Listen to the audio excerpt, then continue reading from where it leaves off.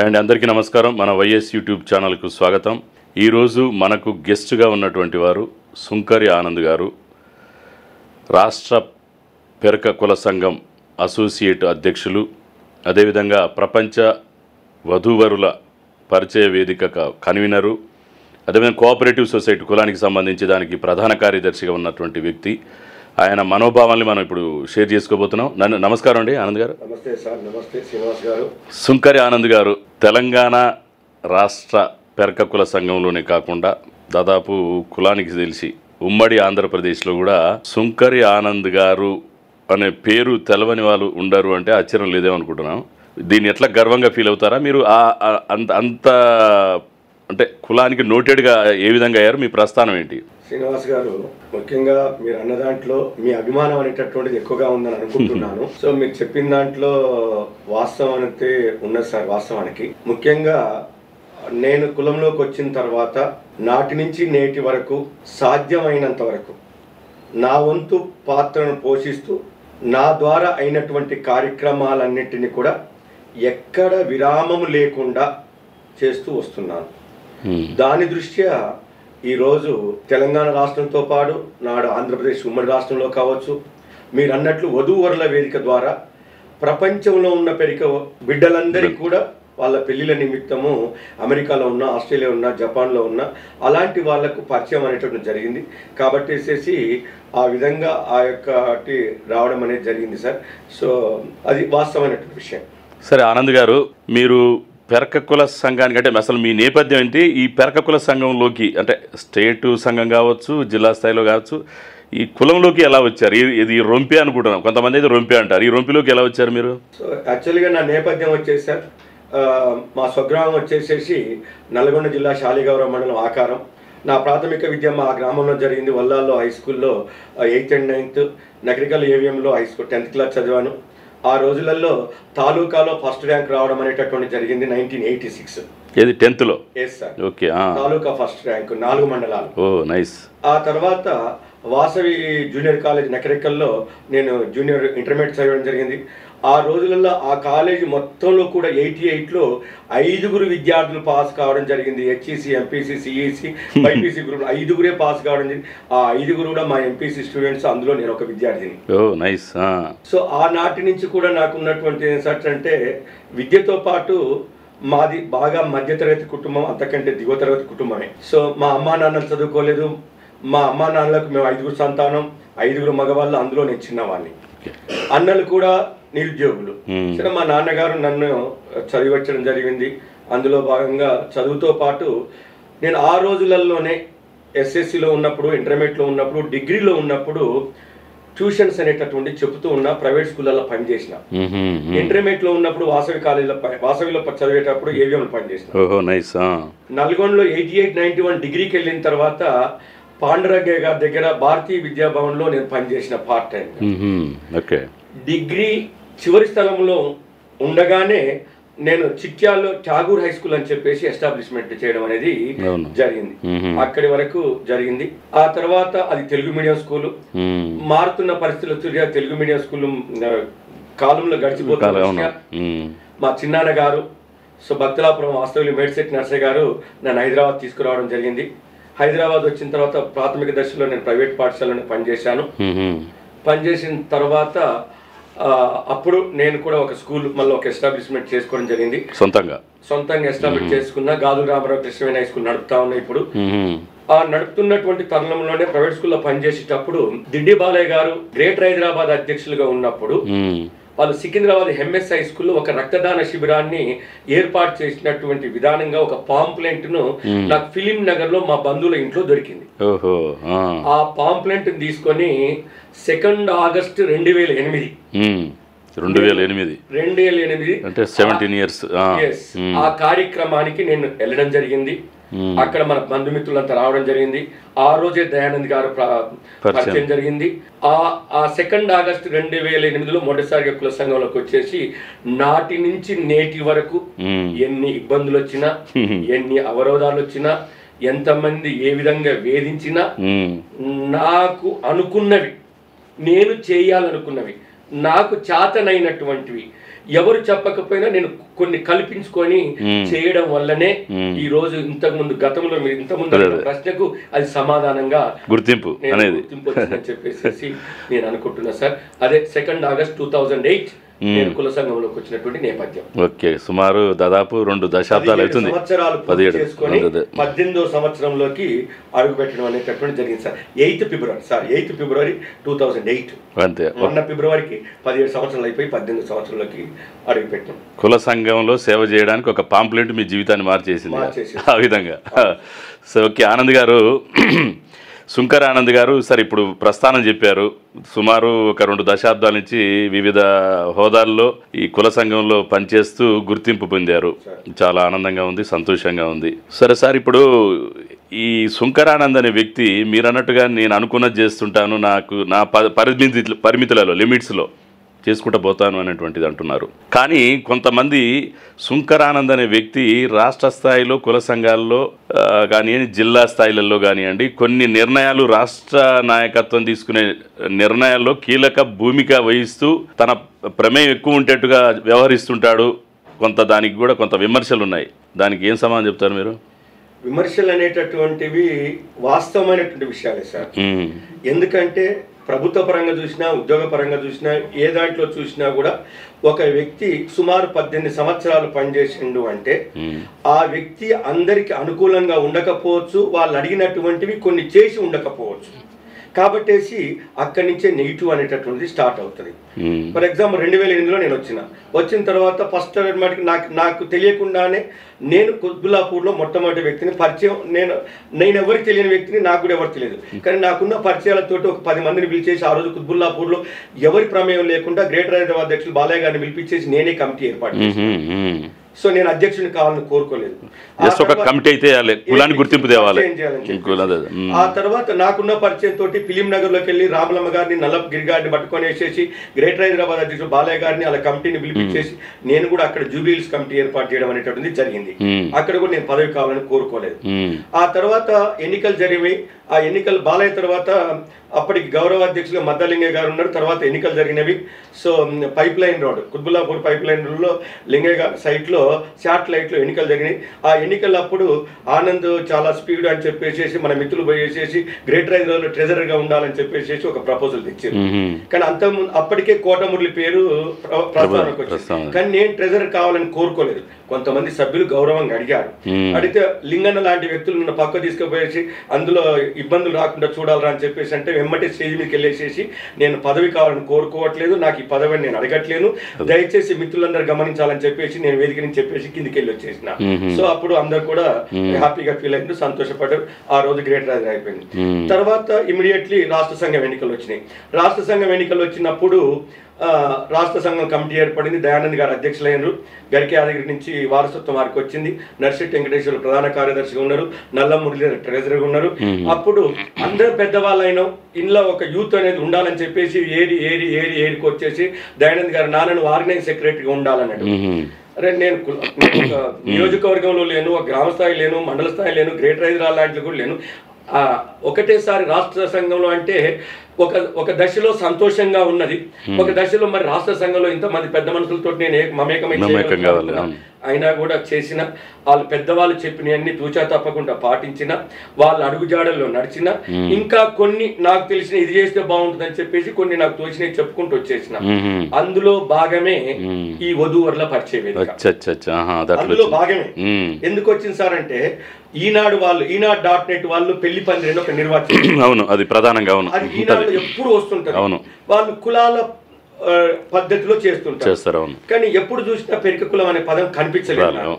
ఒకసారి షేర్లింగంపల్లి జిహెచ్ఎంసీ ఆఫీసులో యాదవ కులం వాళ్ళ కార్యక్రమం నడుస్తుంటే నేను అసలు ఏం చేస్తారు, ఎలా చేస్తారు అని చెప్పి నేను ఆ కార్యక్రమానికి వెళ్ళి ఒక సభికుల్లా కూర్చొని చూసొచ్చిన తర్వాత సరే వాళ్ళు చేయకపోతే మనం ఎందుకు చేయకూడదు అని చెప్పేసి సో మద్దలింగయ్య గారు గౌరవ గ్రేటర్ హైదరాబాద్ అధ్యక్షులుగా ఉన్నప్పుడు 2010లో మన మొట్టమొదటిసారిగా మనం ఒక గెట్ టుగెదర్ పెట్టుకోవడం అనేటటువంటిది జరిగింది నాగోల్లో, అనంతుల రామరెడ్డి గార్డెన్. ఆ రోజులో ఇది ఒక ప్రయత్నం చేద్దామని చెప్పేసి ఆ ఈనాడు.net వాళ్ళ అప్లికేషన్ తెచ్చేసి అక్కడ ఫామ్స్ ఫిల్అప్ చేసి అంటే సుమారుగా ఒక 70-80 ఫామ్స్ ఫిల్అప్ చేసి ఇచ్చారు. ఫామ్స్ ఫిల్అప్ చేసి ఇచ్చిన తర్వాత ఇది జనవరిలో జరిగింది. ఏప్రిల్ 2010లో మొట్టమొదటి వేదిక చేసినాం. ఏప్రిల్ 2010లో మొట్టమొదటి వేదిక. నాటి నుంచి మొన్నటి వరకు 26 వేదికలు చేసేసి సుమారు 6,000 పైబడి పెళ్లిళ్ళు చేసినటువంటి సమాచారం మన దగ్గర ఉంది. ఇంకా చాలా మంది మనకు ఆ సమాచారం ఇవ్వరు. ఆ సమాచారం కొన్ని గోప్యంగా ఉంటుంది కాబట్టి ఇవన్నీ కూడా స్వచ్ఛందంగా ఎవరి దగ్గర నయా పైసా తీసుకోకుండా పెద్దల యొక్క ఆర్థిక సహకారంతో ఈ కార్యక్రమాన్ని చేసినాం. ఎవరైనా పైసలు ఇస్తాము సార్ మాకు సాయం చేయండి మీకు అది చేస్తాం ఇది చేయాలని అని అడుగుతుంటారు మన కారణంగా. కానీ అలాంటి వాళ్ళని వేదికకు రావద్దని చెప్తూ మరోసారి ఫోన్ చేయొద్దు అని కూడా నిర్మోహమాటంగా చెప్పేస్తుంటారు. సో ఆ విధంగా ఆ యొక్క కార్యక్రమాన్ని తీసుకోవడం అనేటువంటి జరిగింది. అప్పుడు ఆర్గనైజింగ్ సెక్రటరీ పనిచేసిన దయానంద్ గారి టర్మ్లో, తర్వాత మద్దాలింగయ్య గారు అధ్యక్షులయ్యారు. వారు అధ్యక్షులైన తర్వాత వారి కార్యవర్గంలో నేను ఆర్థిక కార్యదర్శిని అయినా ప్రమోట్ చేసుకోవడం అనేది జరిగింది. ఆ తర్వాత భద్రన్న గారి కమిటీ వచ్చింది. భద్రన్న గారి కమిటీ వచ్చిన తర్వాత మళ్ళీ లింగయ్య గారి కమిటీ వచ్చింది. కానీ లింగయ్య గారి కమిటీ వచ్చినప్పుడు మొట్టమొదటి వచ్చినప్పుడు తెలంగాణ ఉద్యమం ఉవ్వెత్తున జరుగుతుంది. మన దయానంద్ కమిటీలో ఒక మహాసభ చేసినాం 8/4/2012. కుల చరిత్రలో అది ఒక నభూతో నా భవిష్యత్తు మీరు చెప్పినటువంటి రీతిలో 1,00,000 మంది పైగా హాజరైందని చెప్పేసి నాటి ప్రభుత్వం ఇంటెలిజెన్స్ సమాచారం ఇచ్చింది. సో అది మనం చెప్పింది కాదు. శంకర్ సత్యనారాయణ గారు ఆ రోజు పోలీస్ ట్రైనింగ్కి పోయి వస్తున్నారు 8/4/2012 మహబూబ్ నగర్. ఆ రోజు రాత్రి 3 గంటలకు ఫోన్ చేసి అరే మన పెరుకోలు 1,00,000 మంది వచ్చిరాట కదరా అని చెప్పేసి వారు ఇచ్చిన సమాచారం అది. అప్పుడు మేము గరికే యాదవ్ గారి ఇంట్లో ఆతిథ్యం స్వీకరిస్తున్నాం సభ సక్సెస్ అయినటువంటి నేతృత్వంలో. సో అప్పుడు కూడా ఆ 1,00,000 వచ్చిందని తెలవడం జరిగింది. అప్పుడు మన పొన్గోడు ప్రాంతం అటువైపు దూపాడు ప్రాంతంలో ఒక బస్సు చెడిపోయిందని చెప్పేసి జుట్టుకొండ సత్యనారాయణ గారు గరికే మనం వీళ్ళందరం అక్కడ ఉన్నాం. అప్పుడు మళ్ళీ ఆ రాత్రి తెల్లవారుజామున 3 గంటలకు వాళ్ళకి బస్సు అరేంజ్ చేయడం జరిగింది. ఆ రోజు సిద్దిపేట దగ్గర మంచిర్యాల జిల్లా వాస్తవ్యంలో ఒక చిన్న బస్సు యాక్సిడెంట్ అయ్యి ఒకరిద్దరికి ఒక ఇన్సిడెంట్ అయింది. ఆ తెల్లారి మళ్ళీ నేను దయానంద్ గారు మన జంగయ్య గారు తర్వాత కనకన్న గారు వెమ్మటే మళ్ళీ జెండా వెంకటాపూర్ వెళ్ళడం జరిగింది. ఇమీడియట్లీ నెక్స్ట్ డేనే వెళ్తుంటే ఆ రోజు ఒక 30 కార్లు యాడ్ అయినాయి బ్రదర్. 30 కార్లు వచ్చినాయి. మినిస్టర్ క్యాబినెట్ సీఎం క్యాబినెట్ కూడా అంత ఉండదు. ఆ రోజు పట్టలేనటువంటి ఆనందం ఆ సంతోషం ఎనలేనటువంటిది. అప్పుడప్పుడు అక్కడక్కడ తిట్టేటటువంటి వాళ్ళు మాట అనేటటువంటి వాళ్ళు సోషల్ మీడియాలో తిట్టే వాళ్ళని కూడా అట్లా మర్చిపోవడం అనేటువంటిది జరుగుతుంటుంది అన్నమాట. సో ఆ విధంగా అది గడిచింది. తర్వాత రాష్ట్రాల లింగయ్య గారు అధ్యక్షులైన తర్వాత ఆ 2 సంవత్సరాలు మొత్తం కూడా తెలంగాణ ఉద్యమమే, ఎక్కడ కూడా లేదు. అక్కడక్కడ మాట్లాడుతుంటే తెలంగాణ వాళ్ళు ఆంధ్ర వాళ్ళు అనేటటువంటి చీలికలు కూడా మన కుల సంఘంలో కూడా వచ్చేసినాయి. అప్పుడు ఏం చేయాలని చెప్పేసి మనకున్న రిజిస్ట్రేషన్ ఆంధ్రప్రదేశ్ వాళ్ళకి వెళ్ళిపోయింది. అప్పుడు తెలంగాణ రాష్ట్ర పెరుకుల సంఘం ఉన్నది కానీ నామినీగా అంటే పేరు ప్రతిష్టలు ఏం లేదు, రిజిస్టర్ లేదు, ప్రభుత్వ పరంగా లేదు. అప్పుడు మళ్ళీ తెలంగాణ రాష్ట్ర పెరుకుల సంఘం ఏర్పాటు చేసుకొని అందులో నేను జనరల్ ఫౌండర్ వ్యవస్థాపక ప్రధాన కార్యదర్శిగా ఉండి లింగయ్య గారు అధ్యక్షులుగా ఉండి దాన్ని సంగన సత్యనారాయణ గారు సూర్యాపేట ఎంఈఓ గారు గెస్టెడ్ ఆఫీసరు, నల్ల మురళీధర్ గారు, తర్వాత స్వర్గీయ మన వరంగల్ వాస్తవ్యులు టీచర్ వారు కూడా ఉండే. సో వాళ్ళందరినీ కూడా బైలాస్ రూపకల్పన చేసుకునేసేసి అందరి సహకారంతో మనం దాన్ని చింతాల నరసయ్య గారు, సో స్వర్గీయ చింతాల నరసయ్య వీళ్ళందరూ కలిసేసి రూపకల్పన చేసేసి ఆ రోజు మన కుల సంఘానికి మళ్ళీ ఊపిరిపోయడం అనేది జరిగింది. అప్పటికి 2.5 సంవత్సరాల కాల పరిమితి అయిపోయింది. ఎన్నికలు రావడం జరిగింది. 2015 జనవరిలో శ్రీరామ్ భద్రయ్య గారు అధ్యక్షులుగా వచ్చిండ్రు. సో వారు అప్ టు ఒక 2020 వరకు వారు కొనసాగడం జరిగింది. మళ్ళీ 2020లో మద్దాలింగయ్య గారు రెండోసారి అధ్యక్షులు అయ్యారు. ఎందుకంటే అప్పుడు వారికి సమయం దొరకలేదు చేయడానికి నిరూపించుకోవడానికి. 2020లో అయిన తర్వాత అప్పుడు నేను ఆర్థిక కార్యదర్శిగా చేసిన. ఆ తర్వాత మళ్ళీ 2022లో మద్దాలింగయ్య గారు 3వ అయినరు. అప్పుడు నేను స్టేట్ అసోసియేట్ ప్రెసిడెంట్గా పనిచేయడం అనేది జరిగింది. అయితే ఈ నేపథ్యంలో గౌరవ శ్రీనివాస్ గారు మీరు గమనించాల్సింది ఏంటంటే నేను 2008 నుంచి ఇప్పటి వరకు పని చేస్తూనే ఉన్నా. ఎవరు ఎన్ని చేసినా ఎన్ని ఎన్నా కూడా పని చేస్తూనే ఉన్నా. కాబట్టి వేసేసి వ్యవస్థలో నాకు అందరు కూడా పరిచయస్తుల సంఖ్య పెరిగిపోయింది. ఆ రోజు ఉన్నటువంటి ఉమ్మడి రాష్ట్రంలో సుమారు 3 జిల్లాలు తప్ప 20 జిల్లాలలో నేను పర్యటించిన. అక్కడ ఉన్నటువంటి రాయలసీమ జిల్లాలో కడప పోలేదు, తర్వాత అనంతపూర్ వెళ్ళలేదు, తర్వాత అటు కోస్తాంధ్రలో ఉన్నటువంటి విజయనగరం జిల్లా వెళ్ళలేదు. ఈ 3 జిల్లాలు తప్ప మిగిలిన 20 జిల్లాలు నాకు పర్యటించడం అనేది జరిగింది. సో అందరితో నేపథ్యం అనేటటువంటి ఉంది. కాబట్టి వేసేసి రాష్ట్రంలో ఎవరికి ఫోన్ నెంబర్ కావాలన్నా జనరల్గా నాకు ఫోన్ చేస్తుంటుంటారు. సో దాంతో కొంతమందికి ఈర్ష్యభావం అనేటటువంటి కొంత కలిగి ఉండొచ్చు. అది కాకుండా నేను పదవులలో ఉన్నప్పుడు గౌరవపరమైనటువంటి హోదాలో ఉన్న పెద్ద మనుషులు ఎవరైనా ఉంటే వాళ్లకు జన్మదిన శుభాకాంక్షలు, తర్వాత మ్యారేజ్ పెళ్లి శుభాకాంక్షలు, లేదు పోలీస్ డిపార్ట్మెంట్లో ఎవరైనా మంచిగా పనిచేసి వాళ్ళకు పేరు ప్రతిష్టలు వస్తే వాళ్ళ గురించి నేను సోషల్ మీడియాలో వెల్లడించినప్పుడు అవతలి వ్యక్తులు ఓహో ఆయనే గొప్పోడా అంటే మేము కనపడతలేమా వీళ్ళకని చెప్పేసి, ఆయన బర్త్డే నీకు తెలుసా, మా బర్త్డేలు వీళ్ళకి తెలవా అని చెప్పేసి కొంతమంది నెగిటివ్లోకి రావడం అనేటటువంటిది జరిగింది. నెక్స్ట్ వేదికల మీద మాట్లాడేటప్పుడు సో దాసరి మల్లేశం ఉన్న అధ్యక్షుడు అనుకోండి, మల్లేశం గురించే మాట్లాడతాం. సో భద్రన్న అధ్యక్షుడు అయితే వారి గురించే తీసుకున్నాడు. ఈరోజు రాష్ట్ర ముఖ్యమంత్రి ఉన్నాడు, ఆయన గురించి ఎంత సీనియర్ మంత్రి అయినా సరే ముఖ్యమంత్రి గురించి చెప్పాల్సినటువంటి సందర్భం వస్తుంది. అదేవిధంగా లింగన కావచ్చు, దయానంద్ కావచ్చు. అలాంటప్పుడు మనం పదే ఒక వ్యక్తి గురించి చెప్తున్నప్పుడు అవతలి వ్యక్తులు కాస్త నారాజ్ అవ్వడము, ఈయన ఆయన గురించే మాట్లాడుతుందని చెప్పేసి కొంతమంది నన్ను ఆ విధంగా తీసుకున్నటువంటి సందర్భాలు కావచ్చు. తర్వాత కొన్ని ప్రపంచాన్ని ఇబ్బందులు పెట్టిన కరోనా టైంలో కొంతమంది హాస్పిటల్లో బెడ్స్ కోసం అని ఫోన్ చేసినటువంటి సందర్భం. సో వాళ్ళకి మనకే అవకాశం లేదు, మనం అసౌకర్యం కల్పించలేకపోవచ్చు. కొంతమంది స్వయంగా వాళ్ళకు రావాల్సిన అప్పులు కావచ్చు, వాళ్ళ యొక్క సొంతం ఉన్నటువంటి పనులల్లో మన ఇన్వాల్వ్మెంట్ చేస్తే వాటిని మనం చేయలేకపోవచ్చు, దాంతో కొంత నెగిటివ్ కావచ్చు. సో రాష్ట్ర వ్యాప్తంగా అక్కడక్కడ ఇబ్బందులు ఏర్పడుతుంటాయి. మనం అందరికీ న్యాయం చేయలేం కదా, ఒకరికో ఇద్దరికో ముగ్గురికో మన పరిధిలో ఉన్న వాళ్ళకి చేస్తాం. కానీ ఆయనకే చేసిండు ఈయనకు చేయలేదని చెప్పేసి మరికొంతమంది నెగిటివ్గా, ఈ విధంగా రకరకాలైనటువంటి వ్యక్తులు ఈర్ష్యభావంతో మీరు అన్నటువంటి రీతిలో సో రాను ఆ సంఖ్య పెరిగి పెద్దదైంది అనడంలో అతిశయోక్తి లేదు అని చెప్పేసి నేను అనుకుంటుంటాను.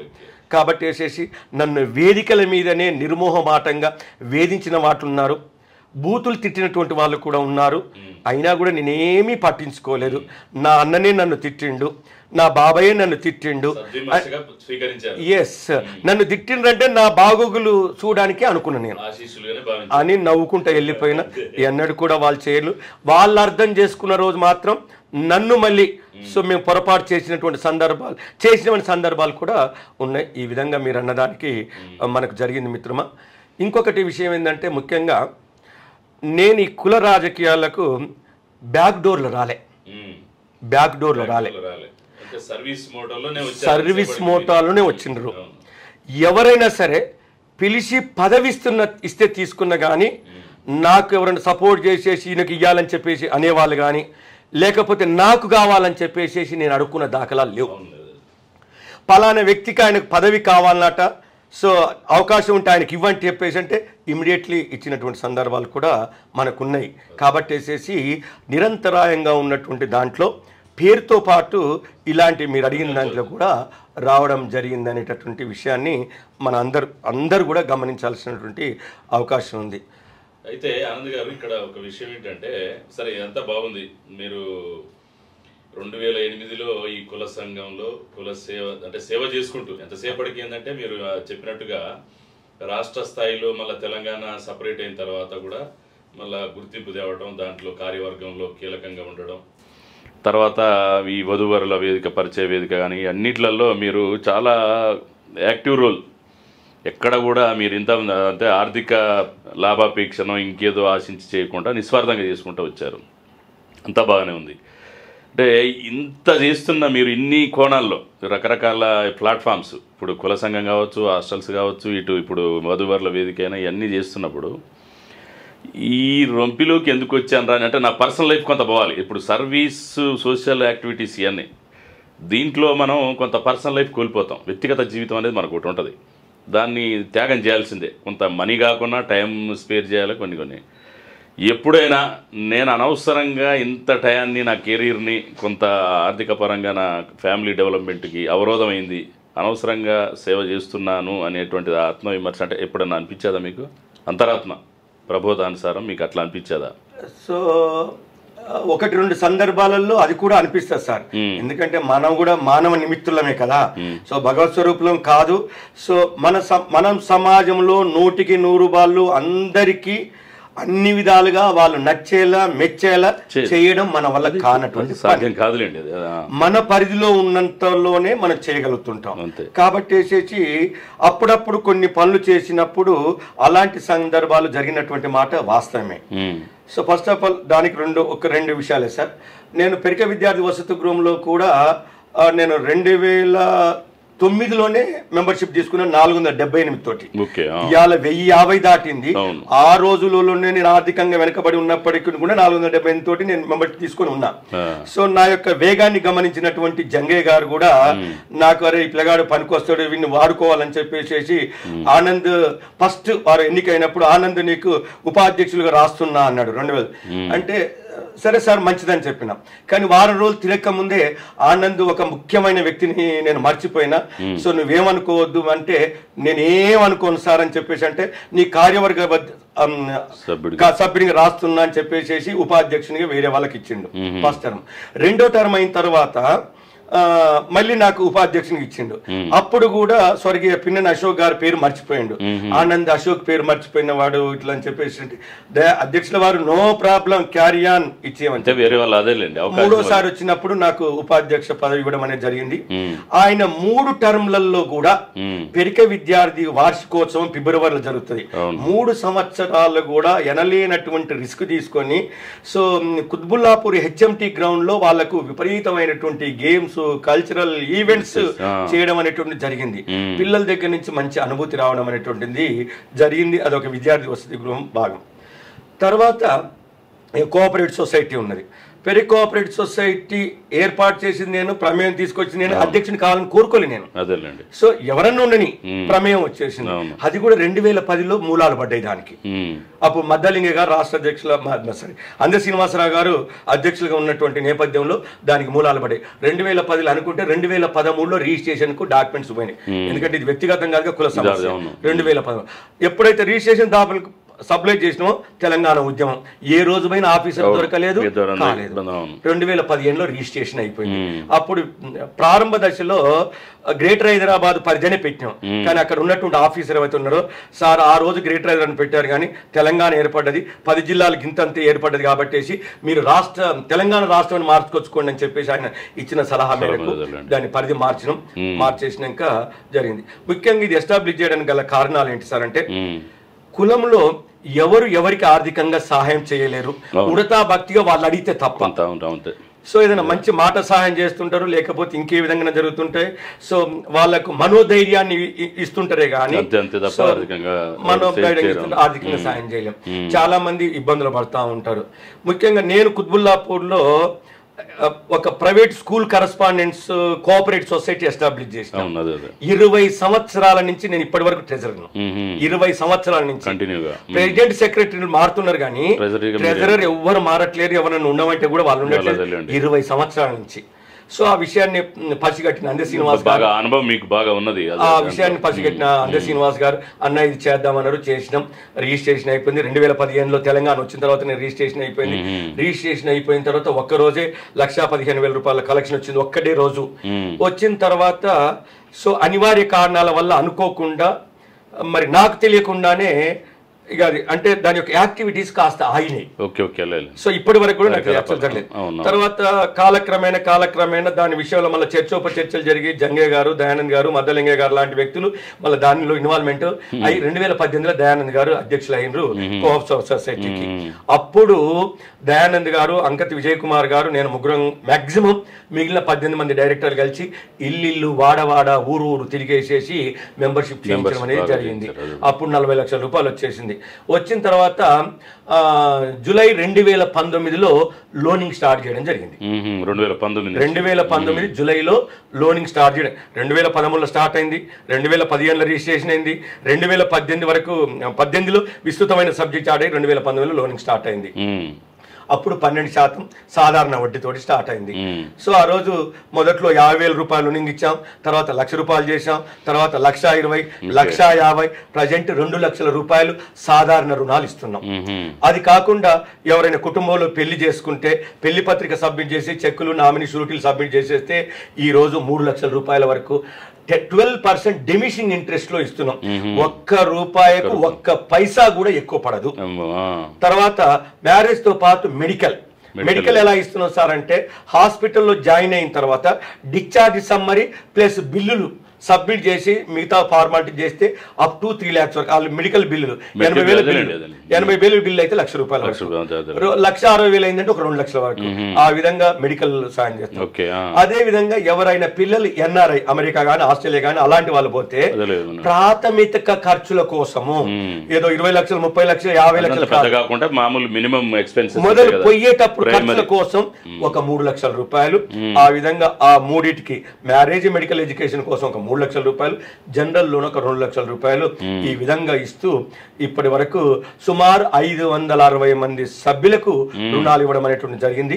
ఈ రోజు సభ్యుల సంఖ్య 1,133. 1,30,30,30,000 రూపాయలు మూలధనం అనేటటువంటి ఉంది. సో ఇప్పటి వరకు సభ్యులకు వచ్చినటువంటి ఇది సుమారు 37 లక్షల ఇంట్రెస్ట్ రావడం జరిగింది.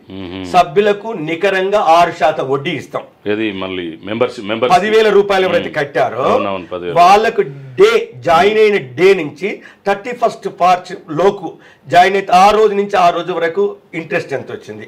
సో ఆ విధంగా వాళ్ళకు ఆ 10,000 రూపాయలకి యాడ్ చేస్తూ వెళ్తుంటాము. మొదట్లో జాయిన్ అంటే జూలై 2019 నాటి వరకు 401 మంది సభ్యులు జాయిన్ అయినారు. వాళ్ళందరికి కూడా సుమారు 13,778 రూపాయలు వచ్చినాయి. అంటే సుమారుగా వాళ్ళకు 4,000 ఇంట్రెస్ట్ యాడ్ అయింది. సో ఆ విధంగా ఏ రోజు జాయిన్ రావడం జరిగింది. సో ఈ విధంగా సొసైటీని అనేటువంటిది ముందుకు తీసుకెళ్తున్నాం. ఈ విధంగా జరుగుతూ ఉన్నది.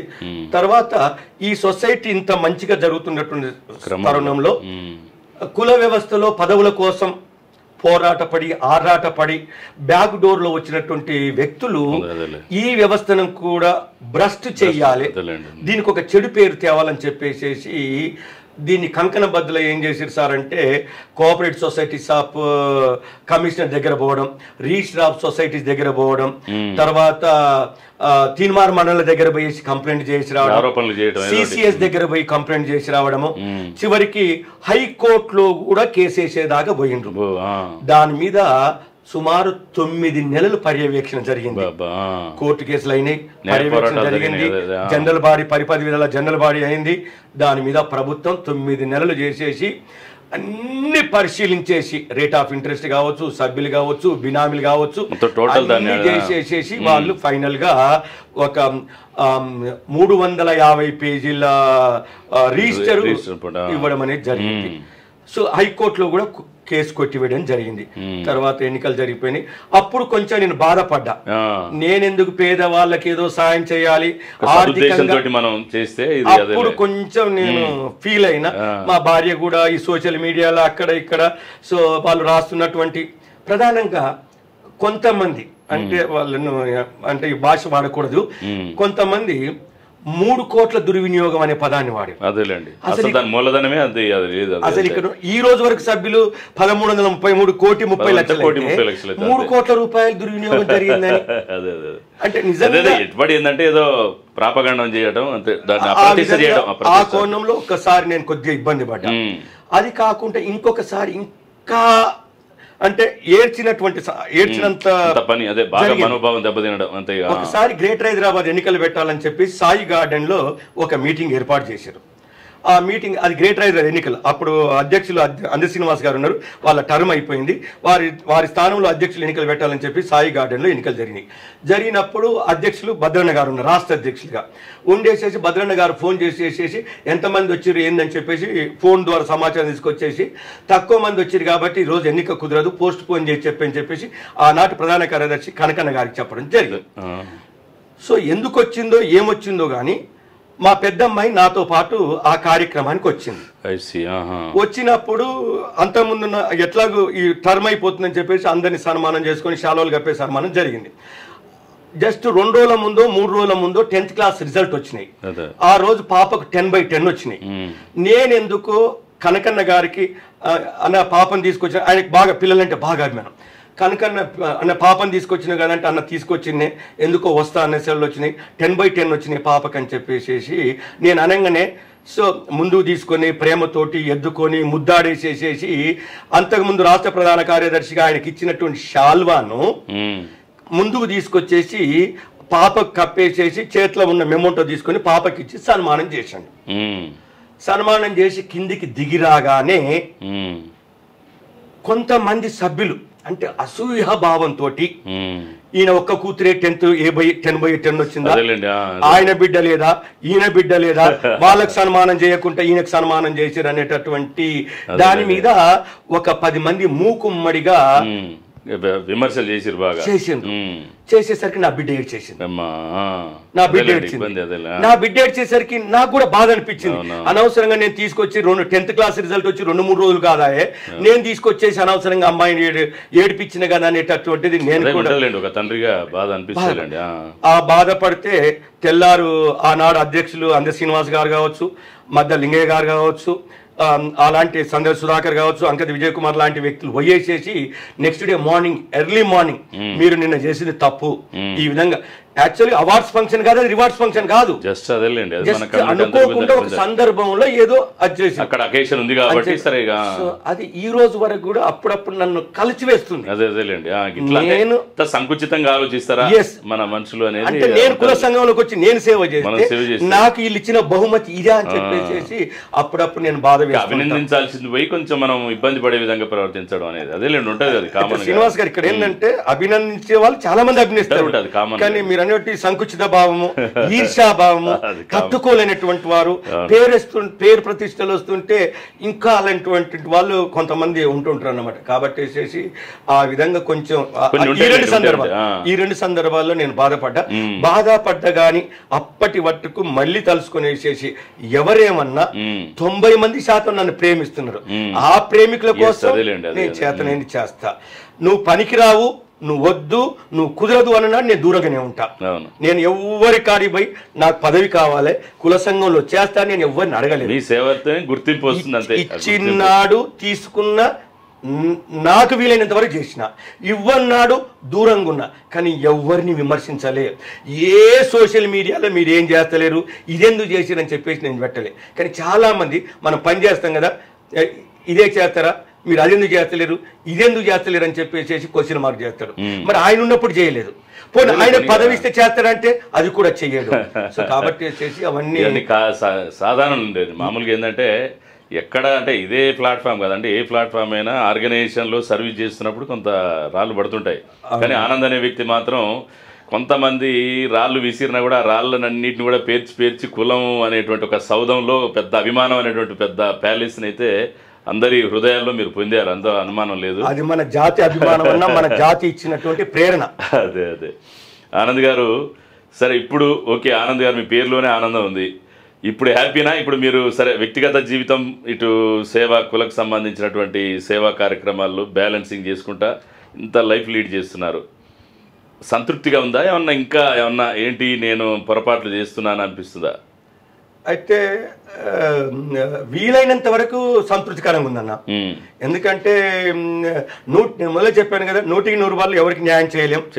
100కి 100 వాళ్ళ అవతల వాళ్ళ కోరికను తీర్చే శక్తి మన దగ్గర ఉండదు. అది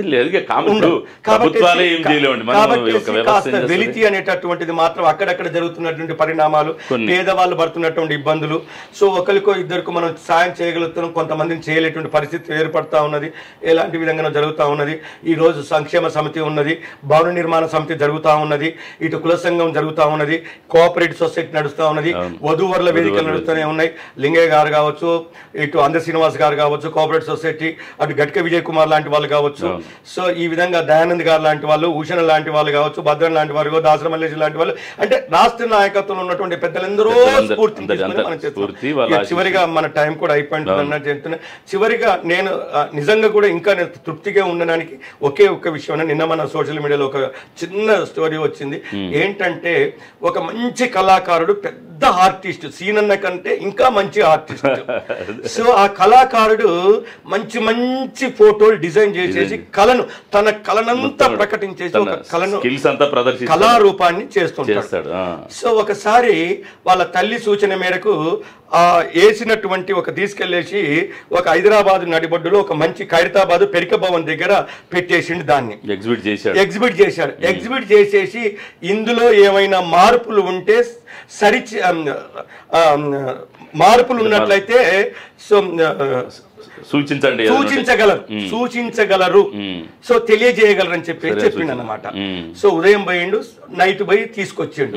పోయేసరికి ఆ ఫోటో పూర్తిగా ఈ మార్పు చేయాలి, ఆ మార్పు చేయాలి, ఇది చేయాలి, అది చేయాలని మొత్తం నిండిపోయింది. నోట్ చేశారు, ఇది అది అని చెప్పి మొత్తం అసలు గ్యాప్ లేకుండా ఇక ఇంటికి వచ్చిన తర్వాత పటాన్ని ముందర పెట్టుకొని వేసేసి ఒక అంటే తన యొక్క ఆవేదన బాధపడుతూ ఏంటి నేను ఇన్ని లోపాలు ఉన్నాయా అని చెప్పేసి చాలా మదన పడుతున్నాడు, బాధపడుతున్నాడు. సో ఒక విధంగా దుఃఖానికి గురైపోయేసేసి వెళ్ళిపోయాడు. మళ్ళీ తల్లి గమనించేసి ఏమైంది నాన్న, ఏం సంగతి అంటే ఏం లేదు అమ్మాయి ఇట్లా జరిగిందని చెప్పేసి అంటే నువ్వు అట్లా కాదు నాన్న, అది కాదు, నువ్వు బాధపడద్దు, నిరాశపడద్దు, సమాజంలో మనం ఉన్నాం కాబట్టి కాదని ఇంకొక పటాన్ని ఇంకొకటి నీకు దోషం రీతిలో గీనానంటే ఇంకోటి తయారు చేసేసి మళ్ళీ అదే చౌరస్తాలో పెట్టేసి దానికి ఆప్షన్ మార్చిండు. ఏమని మార్చిండు? సో ఇక్కడ ఏదన్నా లోపాలు ఉన్నట్లయితే దయచేసి సరిచేయగలరు అని మార్చిండు. సో ఆడికి వచ్చిన తర్వాత అదే సేమ్ అర్ధరాత్రి వరకు చూసిండు. అందులో సరిచేసినటువంటి వాళ్ళు ఒక్కరు కూడా లేరు. ఎట్లా ఉన్నదో కనీసం ఒక్కరు చెయ్యలేదు. తీసుకుని వచ్చిండు, తల్లి కాడికి వచ్చింది, అమ్మా ఏందమ్మా ఇది అని చెప్పేసి అంటే అంతే కదన్నా, ఇది వ్యవస్థ.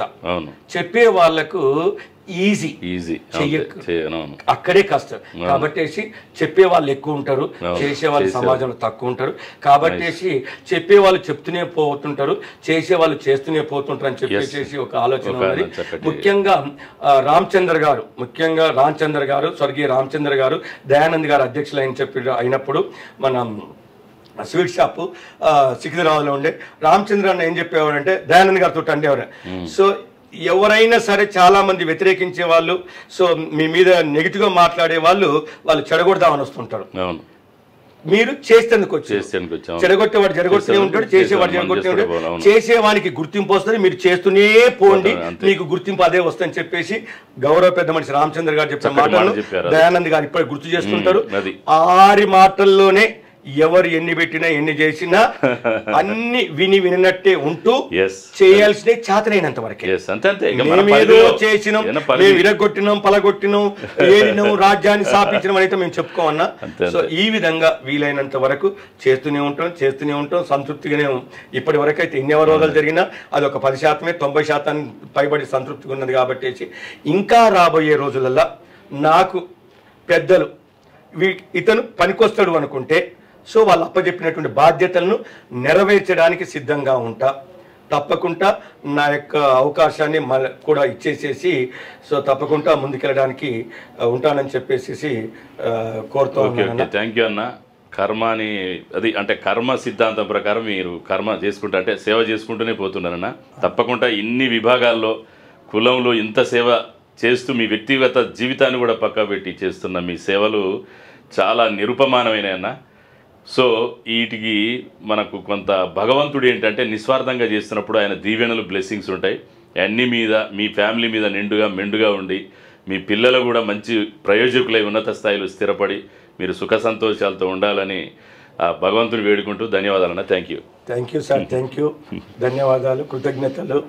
సో వైఎస్ ఛానల్కు మీకు మీ ఛానల్ కూడా భవిష్యత్తులో ఇంకా ఈ ప్రపంచవ్యాప్తంగా అందరికీ తెలియాలని చెప్పేసి, సో దాని ద్వారా ఇలా అలాంటి వ్యక్తులనే కాకుండా ఇంకా సాంకేతికంగా సో ప్రపంచంలో మంచి పేరు ప్రతిష్టలు వాళ్ళని కూడా తీసుకొచ్చేసి అంటే సమాజానికి గుర్తింపు తెచ్చేటటువంటి వాళ్ళను కూడా మనము సో తీసుకునేటటువంటి అంబిషన్ తీసుకునేసి ముందుకు తీసుకెళ్తే విధంగా వాళ్ళని స్ఫూర్తిగా తీసుకునే వాళ్ళని కూడా మీరు పరిచయం చేయాలని చెప్పేసి ఇంకా మన యొక్క ఛానల్ సో పేరు ప్రతిష్టకు ఎదగాలని చెప్పేసి కోరుకుంటున్నా సార్. థ్యాంక్ యూ శ్రీనివాస్ గారు, ధన్యవాదాలు. Hello everyone, thank you so much for watching video till the end. ఇలాంటి మరిన్ని సక్సెస్ఫుల్ అండ్ ఇన్స్పిరేషనల్ వీడియోస్ కోసం please subscribe YS cultural creation YouTube channel. మీకు ఇంకేమైనా ఐడియాస్ ఆర్ సజెషన్స్ ఉంటే కామెంట్ సెక్షన్లో కామెంట్ చేయండి. వీడియో నచ్చితే లైక్ చేయండి and please share it with your family and friends. Subscribe button పక్కన చిన్న బెల్ ఐకాన్ ఉంటుంది, అది క్లిక్ చేయండి సో దట్ మీకు వీడియో అప్లోడ్ చేయగానే నోటిఫికేషన్స్ వచ్చేస్తాయి. Thank you so much for supporting us. Keep supporting. Don't forget to subscribe. Bye, take care.